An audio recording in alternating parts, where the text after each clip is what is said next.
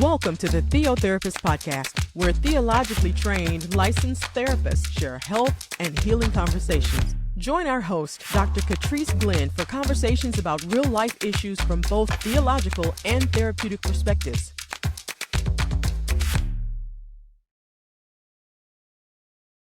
Welcome to the Season 3, Episode 2 of the TheoTherapist Podcast. I am Dr. Trice Glenn, your host, and I'm so glad that you're joining us today. Today's episode is one that I have been waiting for. It talks about something that's near and dear to my heart and my own research. But first, let me tell you who our guest is today. Today, we have Reverend Lessie Johnson, who is a licensed master social worker, but also a dynamic scholar and speaker and advocate for healing and transformation.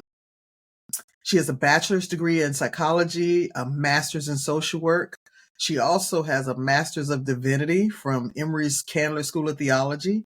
Okay, that's double master. She's almost going to catch up with me in a minute. And, we'll see what she does for her doctorate. Hint, hint, hint. She has a passion for bridging faith and healing and mental health, and she's done some research on it. She has one of the most unique research projects I think I've ever heard.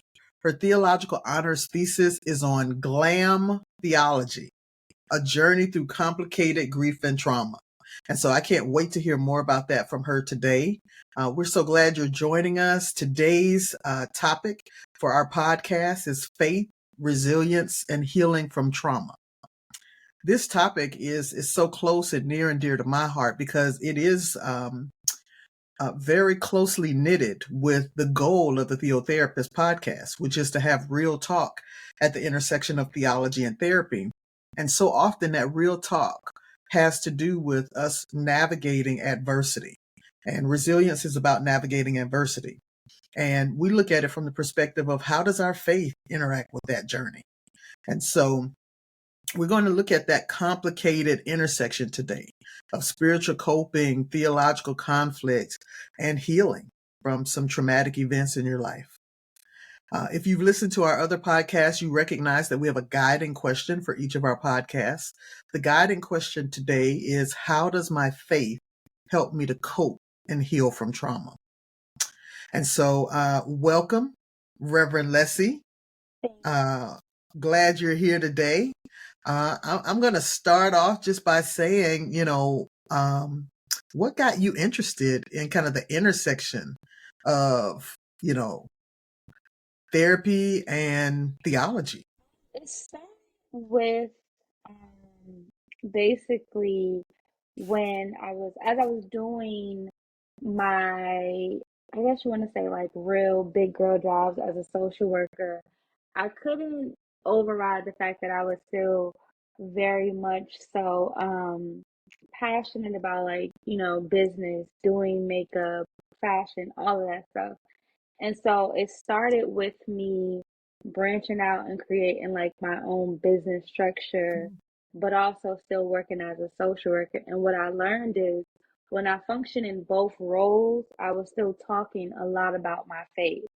As a social worker, in any capacity, I still was talking to my clients about faith. We would have those conversations, and I noticed that even with doing makeup, a lot of people didn't have that understanding for me that there is a sweet spot for, counseling, mental health, and also spirituality and faith.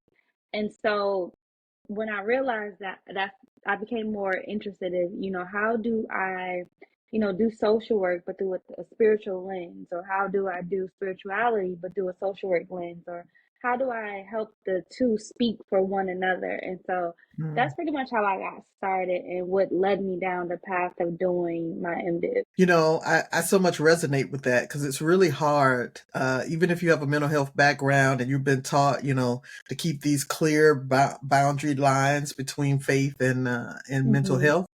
But when your clients are seeking, meaning making, and they're trying to hold on to something, and the typical CBT coping strategies aren't enough for them, and you can find that there's a resonant space of spirituality and faith, we just have to share what we have. We have to share who we are in those spaces. And I think it makes a big difference for those we come in contact with. It definitely does. And I think what also drove my passion was the fact that there wasn't a lot of conversation about it, especially amongst like my colleagues, or there would be things said, like you said, like keep the main thing, as they say. And so if you're here to do social work, do social work. Don't talk about spirituality, don't talk about faith.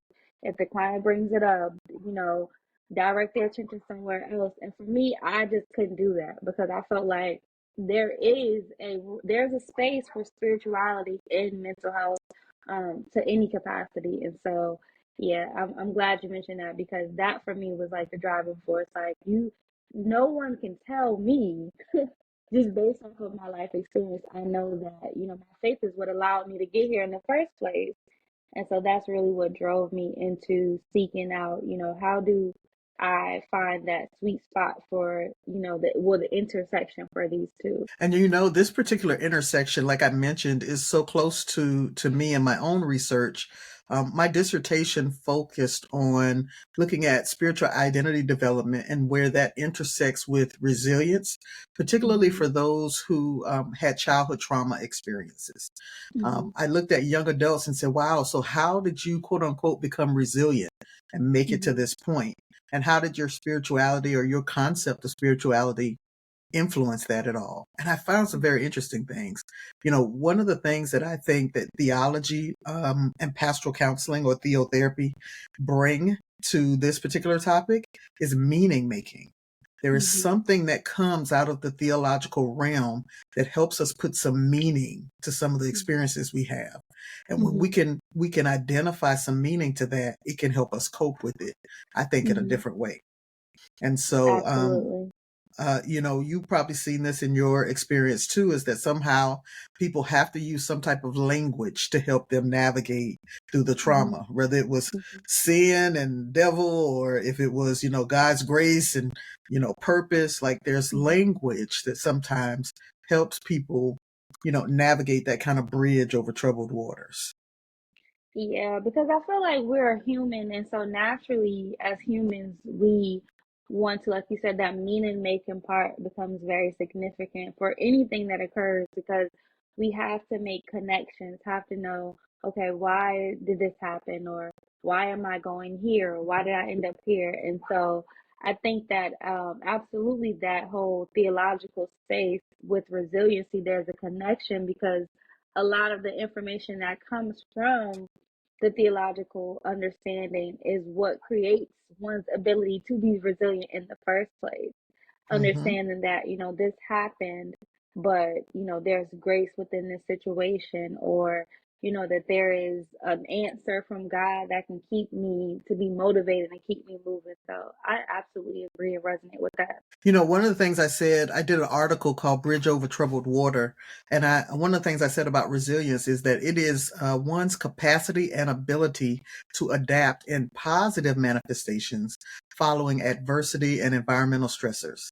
Basically, Mm-hmm. it's like having a sense of purposeful living, and that being the trait that you need to get beyond whatever has happened to you. Mm-hmm. And I think that positive manifestation is what happens that makes it Yeah. resilience, right? Because there's Yeah. lots of ways to cope. We Mm-hmm. encounter people who cope, with substances, and people who cope with Mm-hmm. lashing out and, Mm-hmm. kind of leaning into emotions like anger.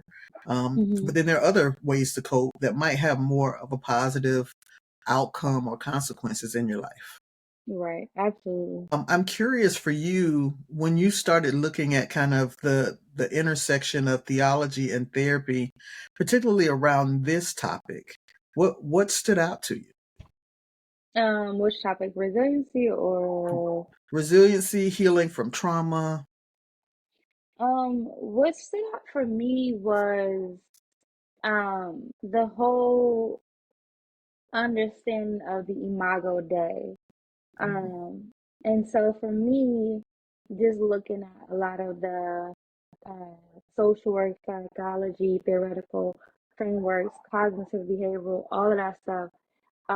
When I looked at the Imago Day, being that I'm made in the image of God, the connection was, if I'm made in the image of this all powerful, all knowing, this amazing God, when life starts life and I have to find healthy coping strategies to take care of myself because, as far as like you said, there are some, people cope in all different kind of ways. But for me, knowing that, addiction runs in my family, alcoholism runs in my family, and knowing that, okay, I already have anxiety and I already have depression. And so these Mm-hmm. are things that I know that I can't run towards, right? Because it's not going to work in my favor, regardless of whether it was a trait in my family or not. But if I'm made in the image of the God, and the word is telling me that I'm made in the image of God, then I have to find a healthy way to take care of myself and do it in a way that's authentic to me. And Mm-hmm. so that for me is what really stood out, is that, whether it's beautifying myself, adorning myself in any type of way, that because I'm made in the image of God, I have to find a way to take care of myself. Because I'm made in the image of God, when life gets to be the worst times, that I have to make sure that I get up and keep moving because the things that I've learned about God resonate with me. I'm just a reflection of who God is. And so that Mm-hmm. was would not only help me cope through a lot of different things, but actually help to keep me moving and help keep me, going deeper into understanding what does it truly mean to be made in the image of God, and how do I use my faith to connect to this understanding, and how do I use this and talk to other people and encourage other people about it, because a lot of times, things can happen in life and then it's like, well, I'm not getting out of bed for days or whatever the case may be. And so that for me was something that I really began to explore and really stuck out for me. One of the things I think that's unique about this intersection is that, kind of going a little bit back to the language, we have language in theology that talks about suffering and lamenting, Mhm. right? Like acknowledging and fully being present with the fact that something has happened, something traumatic has Mhm. happened, and not glossing over it, not being in denial, recognizing that it is unfortunately a part of human existence, is that we face Mhm. some things sometimes that are just, they feel unbearable, or they feel unfair, they feel Mhm. unnecessary, but there's still language that helps us go, okay, even if I'm in a season of suffering, even if I am lamenting because something I have lost or I'm grieving something, it is a season. There is Mhm. some sense that this too will end, this will pass, and I'll have a new Mhm. space. And I kind of feel like that's where our faith does influence resilience, because if we have Mhm. some pathways forward, it says then I don't have to just rely on myself to get through this. There's Mhm. like a whole host of folks that have come before me, and this is how they've Mhm. navigated through things, and this is what they called it, and this is how they got Mhm. over it. Absolutely. And it also too, I feel like I think it also reinforces that you're not doing this life thing by yourself. A lot of times we try to do things in our own strength, or we think that, you know, um, I have to journal, but journal is not helping me. And I have to see a therapist, but that's not helping me. But I think that for me, when you find the connection that, okay, I'm journaling, but I'm also, building my faith and my connection with God. I'm going to therapy, but I'm also continuing to be in those compassionate spaces, whether it's at the women's meeting, when you're around people who are also um, faith minded, or have an understanding of their faith and how it can empower them. You understand that even though this is a season and it's rough and it's dark, that my faith is my guiding light, and I'm not doing this by myself. And I think that that is a pretty significant piece of being resilient, knowing that yes, life is rough, yes, the season is rough, but I'm not doing this alone, and I'm not walking through the season alone. When you talk to people about, kind of the bouncing back or the ability of kind of, navigating trauma, what's kind of the way that you talk them through? When I talk to people about bouncing back, basically, I use a lot of the times what I do is I use my own experiences Mm-hmm. because I'm a big advocate for not speaking into and on about things that you don't have that experience of. And I feel like where there's pain, there's always a purpose. And a lot of times your purpose comes through those painful experiences. And so normally when I'm speaking to other people about overcoming trauma, um, I'm speaking about my experiences, but I also use my faith, my understanding of God, my experiences of God, and also, the different things that we've learned in psychology and social work, and just that evidence-based stuff that tells us, if you do this, you can get through that. But basically just sharing my own experience, because I know for me that is what has truly gotten me through. Being able to lean heavily on God and my faith, is what has shown me, like, there is a God. The things that I've overcome and I've experienced, it wasn't just psychology, it wasn't just the therapist, it wasn't just, journaling and different things like that. It was a combination of things. And so speaking into that belief and that hope factor that yes, this is painful, and you're gonna struggle, you're gonna cry, you're gonna be frustrated, you're gonna have all of these questions, but at the end of the day, you have to have belief that there's hope on the other side of despair. And so that's usually my framework is, keep creating a pattern of, or maybe I want to say like a triangle of, there's hope, there's faith, and there's despair, and you can get around to the other side of despair. And so that's pretty much how I use that's my approach to conversations about overcoming trauma, and basically also, helping them to recognize that because I'm here having this conversation with you, that within itself is evidence, like the manifestation of God, the manifestation of what it looks like to go through and keep pushing and keep believing. Because again, had I fall victim to, my depression or that experience, we would not be having this conversation. And I think that too speaks to the hope of, the conversation that we're having, and helping people to see that, we're all going to experience life and we're all just trying our best to make it. But there are other people who have come before me who have experienced these things and can get through them. And I think you bring up a really good point that we often have to remind people is that just because, we were called to this call, or, we go out and we serve others, with the fullness of who we are, it doesn't mean we're exempt from traumatic Right. experiences ourselves. So it does Matter not. of fact, most of us that come into this work do so after having navigated trauma, right? Yes, And absolutely. many are still working out their trauma, in the midst of trying to navigate kind of being caregivers for others, and called in the spaces of sitting with others in the midst of their trauma. When I think about trying to help people navigate through trauma, particularly bouncing back, and I know bouncing back kind of has some negative connotation, kind of like I'm not going backwards, I'm going forward. But I think about the fact that you can't heal from anything that you won't acknowledge, right? And that's what I tell my clients first and foremost. Like, if we can't be honest about where the pain point is, where the hurt is, where the harm happened, then we can't get to a place of healing, because we don't even have the pathway. You got to find a way to be honest about what you are navigating and figure out how to go forward. In overcoming that trauma, you may have to navigate through lots of different experiences that happened as a result of the traumatic event, right? Because trauma can be anything from a car accident to a domestic violence situation to complicated grief. It could be any situation where you've either felt psychologically in danger or physically in danger, or a threat happened to you, or something that was just so dramatic that it shook you at your core.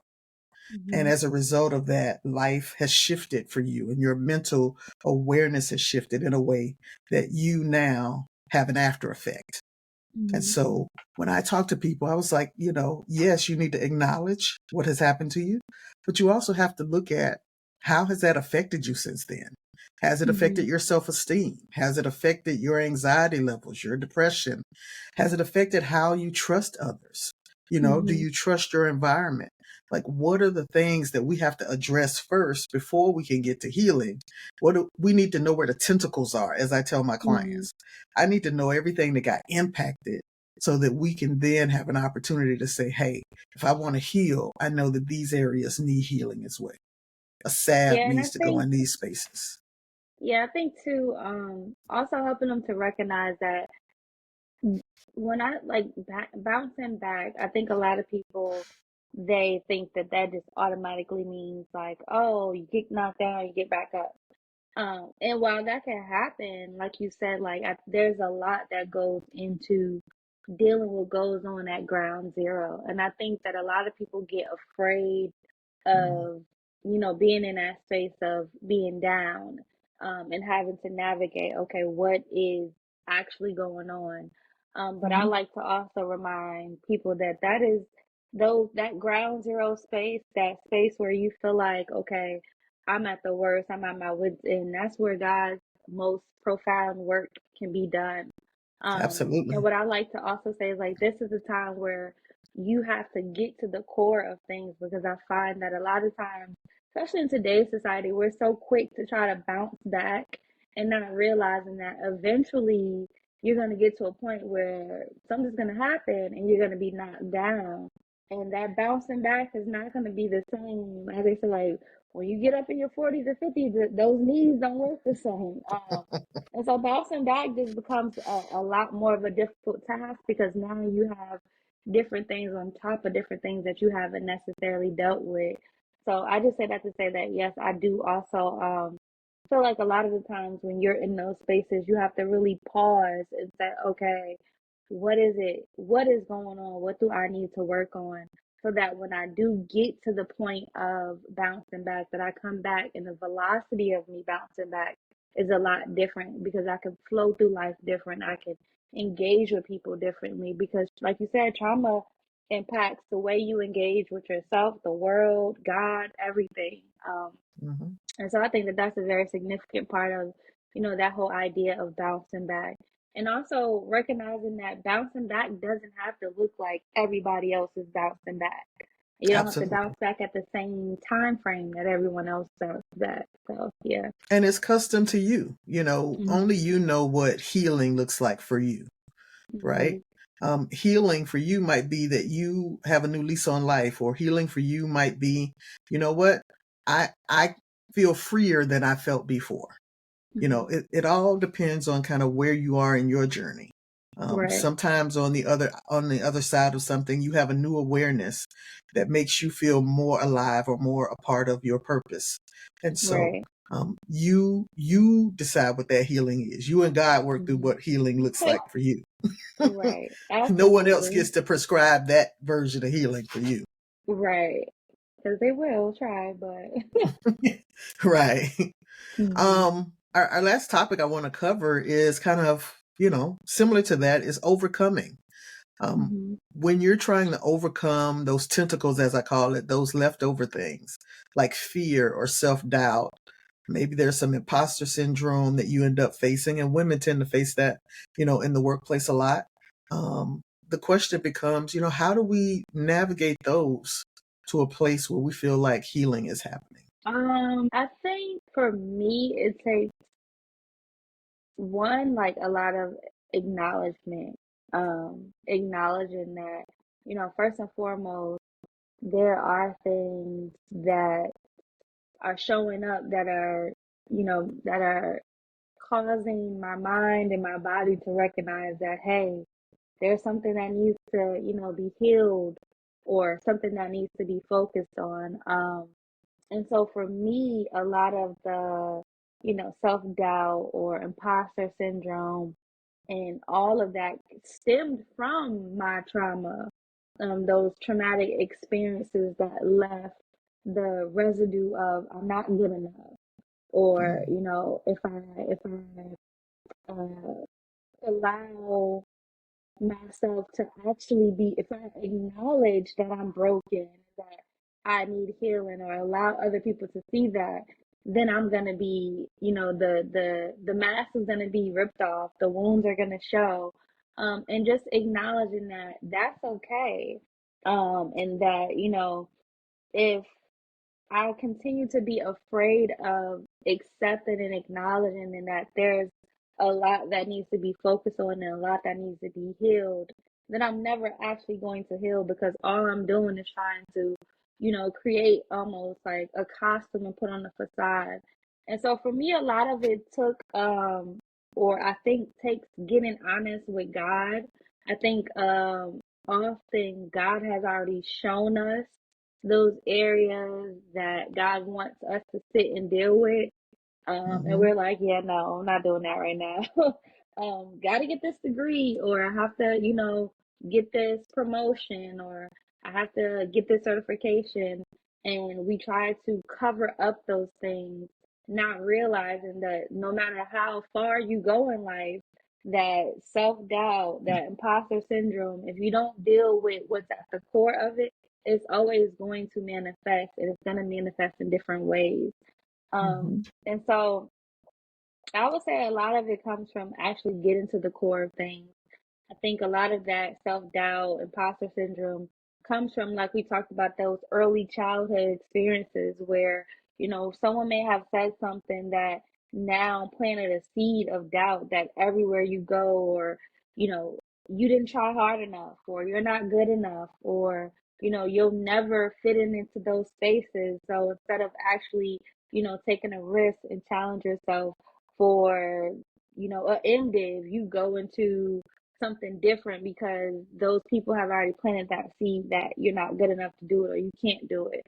And so for me, I think a lot of it focuses on dealing with, needs to be uncovered and allowing that ugly, dark space or whatever comes with it to take place. I think a lot Mm-hmm. of times we run from it. And for me, particularly in my own experience, I would allow enough of the process to happen, and when it got too uncomfortable, or when it got to like, okay, this is a lot, it's like, all right, God, we're done with this for now. Let's keep achieving. And it got to a point where no matter how much I achieved, no matter what, I did, I could not override the fact that I'm hurting, I'm broken, and I need to deal with this. And it wasn't until I actually allowed myself to say, okay, Leslie, if you don't deal with this at this level, it's gonna deal with you. And this time when it deals with you, you're not going to be able to bounce back. And so yeah, it took me to really like take that hard pause. And I think a lot of times like taking that pause and being honest with yourself and allowing, God to have those broken pieces and giving them over to God and saying, listen, here's my broken pieces, or here's, my dreams, my hopes, my wishes, or my experiences, or even my canvas, and I'm willing and open to allowing you to take the brush and paint as you will. And that's what I had to do for myself, especially in some of the seasons that I've experienced recently, is allowing myself to be open and okay and vulnerable enough to be a blank canvas and allow God to paint as God saw fit. And the thing that just keeps coming up for me is courage, right? Mm-hmm. It takes courage to be that vulnerable that you're talking Mm-hmm. about, to be open Mm-hmm. to God and allowing God to show you the spaces, that need Yeah. healing, and then Yeah. allowing God to help you heal those spaces. Mm-hmm. It takes courage to be honest with yourself that I'm still dealing with this. I'm still struggling with this. Um, Yeah. and sometimes it takes courage to ask for help from somebody else, Mm-hmm. um, that I can't deal with this by myself. I need Right. somebody. Yeah. Because that's one of our deepest, darkest, right? There's some things we don't vocalize to others, but I Mm-hmm. believe that there's healing in the things, once again, you can confront, you can name, and you can confront. And Mm-hmm. so I'm And hoping that, also, mhm, Dr. Vanderbilt talks about, especially with dealing with trauma, it takes courage to remember. mm, And I think too, when dealing with traumatic experiences, a lot of times people think, oh, trauma is just sitting with a therapist and talking about what happened when you were 5 years old, or focusing on that experience, not realizing that a lot of that trauma, it's like digging up, trying to dig a hole in the sand. The deeper you go, the deeper the hole gets. And as you're digging through, you discover so many different things. And I think a lot of people, when it comes to dealing with that imposter syndrome, that self doubt, all those things, that becomes, like you said, it takes courage because you have to be willing and ready to face things as they come up. Those different emotions, those strong, emotions that come up. And some of those answers that you've tried to override and overlook, or some of the truth you've tried to override and overlook, and also being ready and willing to do something with that as it comes up. Absolutely. Wow, I think this has just been an awesome conversation where we're just scratching the surface, of course, on a topic that is this rich and deep, Mm-hmm. and can touch and go in so many different directions. But I think it is a good conversation to have. I Mm-hmm. may invite you back so we can have a part 2 at some point, Well, and thank pick it you. up.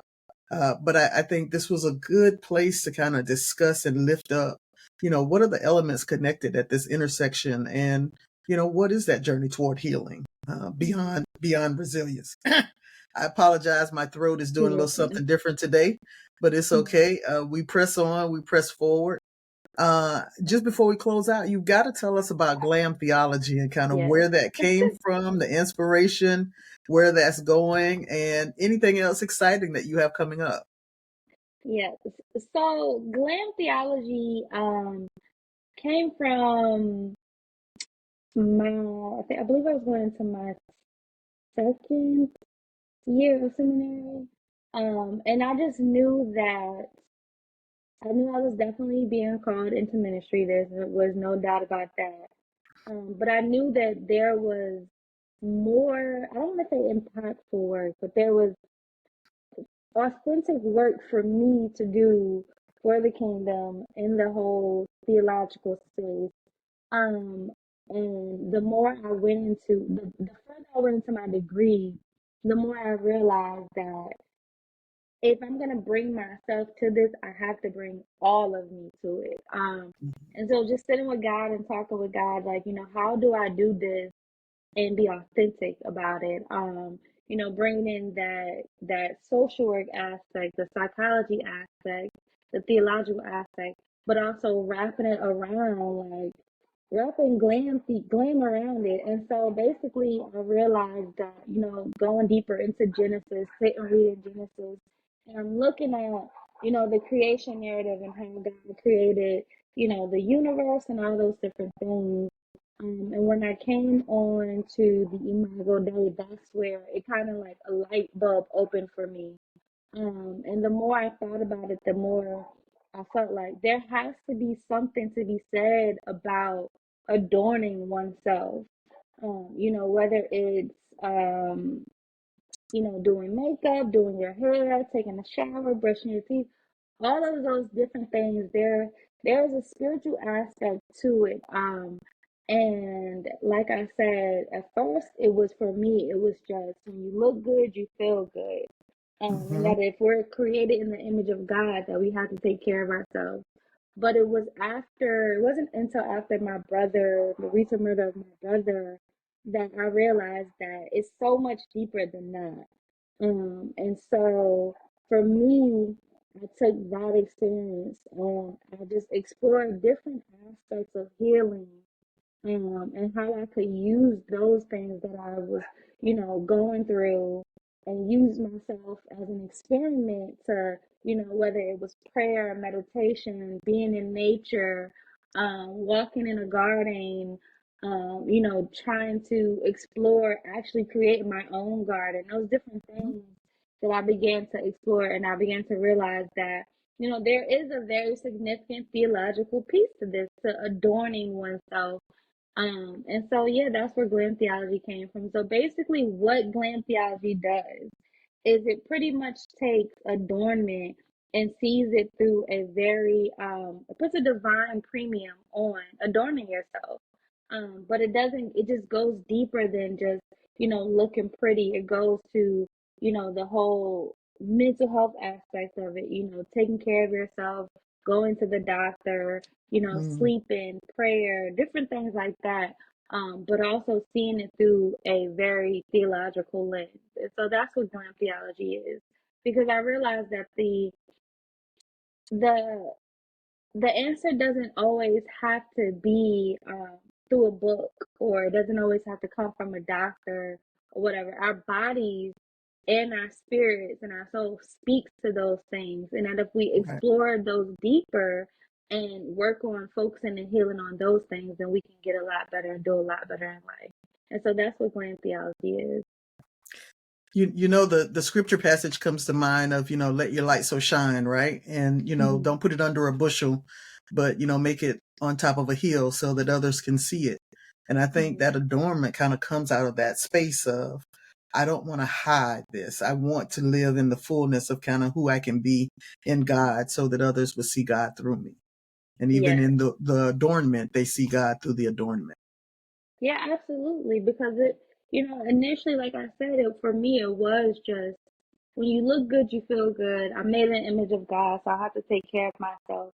But Hmm. I learned that healing can truly come from, sitting in the garden. A lot of times, especially after my brother passed, there was a moment where I was sitting on my balcony, and I'm just talking to God, and I'm lamenting, and I'm frustrated, and I'm angry, and I'm upset, and I'm like, God, how could you do this? How could you allow this to happen when you know how much I care about my brother? And I remember sitting and looking at there's very like those tall trees. I think they call it pine trees or something, whatever. But they started to sway back and forth, and Mm, a squirrel ran up the tree, and then I looked up and I seen a very big bird's nest. And so for me, it was like, if for these trees to be so tall and to be swaying, and this squirrel to not be worried and run up the tree, and this for this bird, whatever bird it was, to build their nest in these very tall trees that you can see swaying, if they're not worried about it, and if God created something that's been sustaining them for so long, then I know that I can get through this situation. mm, And it just helped me to understand that, God is not only is God just the creator of myself, but God is the creator of all things. And so God created this situation, God created this grief. And so for me, I knew that God will also create a moment of joy and peace and transformation for me. And so that's when I started, experiencing or exploring more things like, holistic teas. That's healing my mhm, body when I get anxious, or when I get depressed, doing different types of journaling and just very intentional practices that I felt like I was adorning myself, but also allowing God into that space and wrapping that glam around it again. And so that's where glam theology came from. So yeah, really focusing on the body and tending to what the body tells us, because again, like I said, the body keeps the score. And so yeah, that's where my research and my thesis focuses on. Oh my. Well, you got to tell the people how they can get in contact with you so they can follow up and find out more about glam theology as well as the things that God is doing with you. Uh, I can be found on Instagram at Glam Theology. I can also be found on TikTok as the Glam Theologian, and I and I can be found on my other Instagram site where I do like a lot of the spiritual stuff or just my own personal stuff. Is it's in honor of my brother, it's Alba J, little sister, so it's at ALBEJ underscore LIL, and then sister, but the E is spelled with three. So those are the spaces that they can connect with me. I do have some more things coming up, so but I'll have that posted on those different places. Awesome. Well, thank you so much for spending the day with us and having Sure. this much needed, meaningful conversation. I thank you for being here, and hopefully, we'll see you back for part two at some point. Yes. Oh yes, absolutely. Audience, thank you so much for being here and listening to our podcast today. Stay tuned for season 3, episode 3, that'll be coming up next week. Take care of yourselves and be well. TheoTherapist Podcast, real talk at the intersection of theology and therapy. Check out Dr. Glenn's new journal series titled Brain Dump Journals for the Busy, available on Amazon. Visit our websites for more information at TheoTherapist.com or CatriceGlenn.com.